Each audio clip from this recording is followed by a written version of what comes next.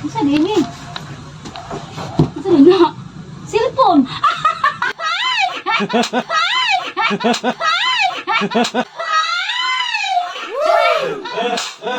Yay! Dumating na nga yung order namin na cellphone. Realme 51. Ibibigay namin to kay mama. Iso-surprise namin siya.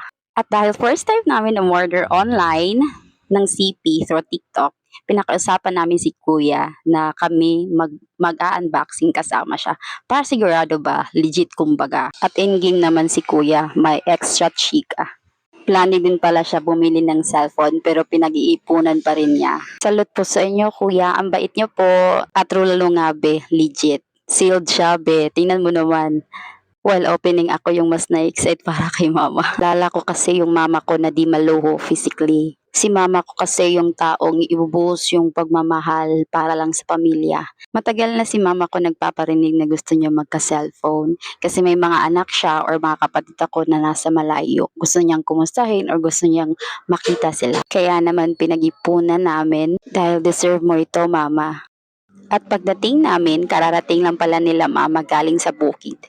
May mga alaga kasi silang baboy doon kaya papunta-punta si mama. Sinabihan namin siya na may surprise kami sa kanya na dress kasi gustong-gusto niya na may dress kasi nagsisimba yan every Sunday. Minamadali ko si mama na kunin niya yung supot na nasa table kasi nandun yung dress na. Pero nagrereklamo siya kasi yung pants niya kinain ng daga. Kaya yan yung itsura ng face ko at saka face niya. Nangamba ako dyan dahil baka si Tio yung mag-open ng surprise namin kay mama. Buti na lang at binigay niya kay mama at si mama yung nag-open. Napakasimple lang ng family namin. Nag-wonder nga si mama ano yung box na ino-open niya kasi nahanap na nga yan yung dress. Nakita na nga niya yung box ng Realme C51 na cellphone pero hinahanap niya pa rin yung dress. Nagtatanong siya kung paano to i-open. Tugtog ka ron? Isa din eh. Isa din na. Cellphone.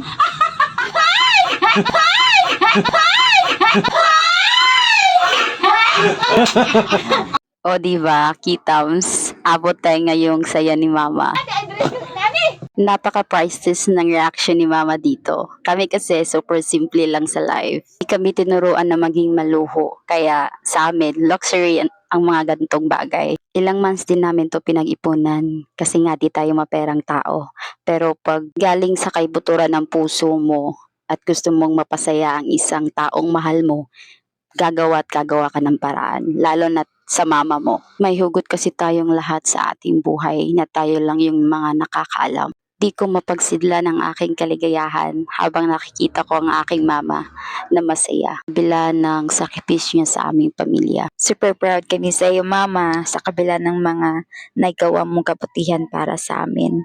Paulit-ulit kong tinitingnan yung reaction ni mama kagabi at paulit-ulit rin akong ngumingiti. Kaya naisipan kong i-vlog tong video na to spread love and happiness para maalala rin yung mga mama nyo or mga magulang nyo. Alam natin na tumatanda na sila.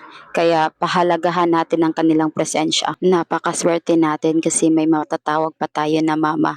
Di tulad ng iba, wala tayo kung wala sila.